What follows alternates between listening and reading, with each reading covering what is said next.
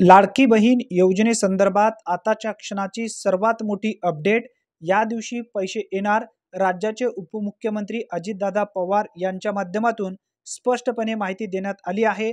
पूर्ण अपडेट पाहण्याच्या पूर्वी ज्या लाभार्थ्यांनी आतापर्यंत आपल्या चॅनलला सबस्क्राइब केले नाही आहेत, लाल बटनवरती क्लिक करा आणि बेल नोटिफिकेशनला ऑल करा।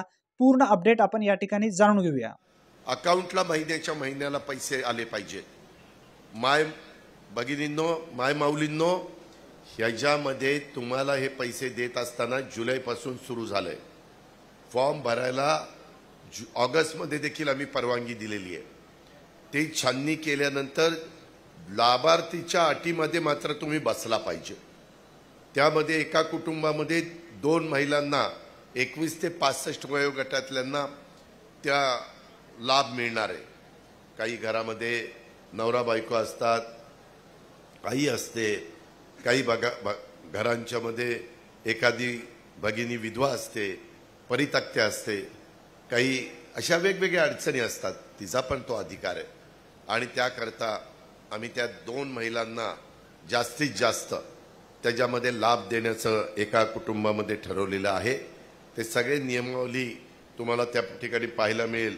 ती काही अडचण नाहीये, परंतु ह्या प्रकारे काम करत असताना जुलैमध्ये जर समजा श्रीगोंदा तालुक्यातल्या काष्टीच्या महिलेचा फॉर्म आला नाही, अर्ज आला नाही, तर तो अर्ज ऑगस्टला भरला तर तिला जुलैचेही पैसे मिळणार आहेत, ऑगस्टचेही पैसे मिळणार आहेत।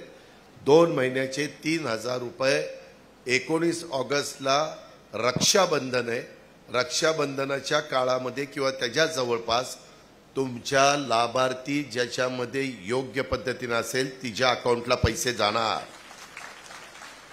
माय माऊलींनो, ही योजना आणताना मी फार विचारपूर्वक आणलेली आहे। मोठा खर्च आहे, 45,000 कोटी। एवढा पैसा ग्रामीण भागात, शहरी भागात गरीब महिलांच्या हातामध्ये जाणार आहे। याचा अर्थ तिथला बाजारपेठेवर त्याचा परिणाम होणार आहे। महिला त्यांच्या स्वतःच्या कामाच्या करता तो पैसा खर्च करणार आहे। दुकानदारांची दुकानदारी चालणार आहे, छोटे मोठे व्यवसाय चालणार आहेत, आर्थिक उलाढाल वाढणार आहे।